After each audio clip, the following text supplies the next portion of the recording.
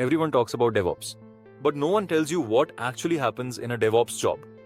Who does what tools they use, what issues they face, and where you fit in as a fresher. Today we end the confusion. Let's break it down, role by role. The first one, release engineer. People think release means just clicking deploy.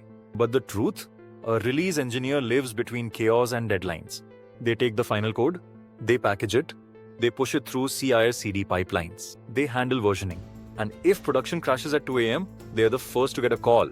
Their day starts with checking failed builds, fixing deployment permissions, coordinating with QA, and making sure no release breaks the client's system.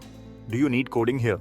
Not heavy coding, but you must understand Git, YAML pipelines, Jenkins or Azure DevOps, and logs. Now, the site reliability engineer, SRE. This is the firefighter. They manage uptime. They manage incidents. They check if an app went down. They look at CPU spikes. They write alerts. Their life is dashboards, monitoring tools like Datadog, Grafana, Prometheus. If a service goes from 200 ms to 4 seconds, they dive in to find the root cause. Do they write code? Sometimes Python for automation scripts. But mostly they're focused on reliability, logs, health checks. Then comes the cloud engineer. They create the infrastructure. Want a new VM on Azure? Want to create an S3 bucket? Want to build a private AKS cluster? That's their job. They know Terraform. They know networking. They know RBAC, IAM, and cloud billing. Their day involves opening Jira tickets, creating infra for new teams, troubleshooting failed cloud resources. This is a deeply technical role. Not for freshers unless you've done solid hands-on labs. Then comes the platform engineer. They build the internal tools for developers, internal dashboards, reusable Helm charts, shared CI/CD templates, shared secrets vaults. They are like the invisible enablers. Without them, teams would waste weeks reinventing infra. Platform engineers write YAML, Bash, Terraform, and some Go or Python. Freshers? Rare. But if you understand DevOps as a system, you can grow into this in 1-2 years. Now the CI/CD engineer.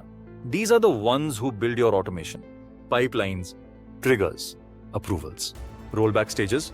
Their day is not just clicking run, they fix broken stages. Integrate Sonar Cube, add Docker build steps, handle rollback bugs. Coding here is moderate, Bash, YAML, pipeline scripting. Freshers can enter this field if you've done at least 3 real DevOps projects. Next, the observability engineer. This role is exploding in 2025. Everyone builds apps. Few know how to see what's happening inside. This role sets up end-to-end tracing, from browser click to DB call, from API response to downstream latency. They use tools like New Relic, OpenTelemetry, Elastic, Loki. If you don't want to code heavily, but love analysis, this is your role. Now, which roles are safe for freshers? Let's be honest. No DevOps job is easy for a complete fresher. But here's your realistic path. Start with release and CI/CD roles. Do hands-on projects. Learn tools deeply, not just watch videos. Get certified, but only if you've touched the tech. From there, move into cloud observability, SRE. What about coding? You don't need to be a software engineer, but you must understand how code behaves, how APIs fail, how logs work, how systems talk. If you avoid all code, you'll be stuck doing ticket work forever. Now let's talk future. By 2026, platform engineers and observability engineers will be in top demand because companies are tired of random pipelines and zero visibility. They want DevOps that thinks like architects, not scriptwriters. So don't just learn tools. Learn how systems behave under pressure. That's the real DevOps.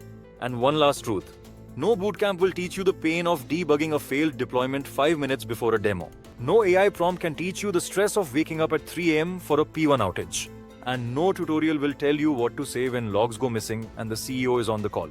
That's the part no one prepares you for. But if you want to grow in DevOps, face that pain. Learn from it, automate it, and keep going. Because DevOps is not a tool, it's a mindset. This is InfinityAiTech, where we show you the truth behind every role. Subscribe now. Next, what happens after you click deploy, and why 80% of DevOps teams fail after that moment.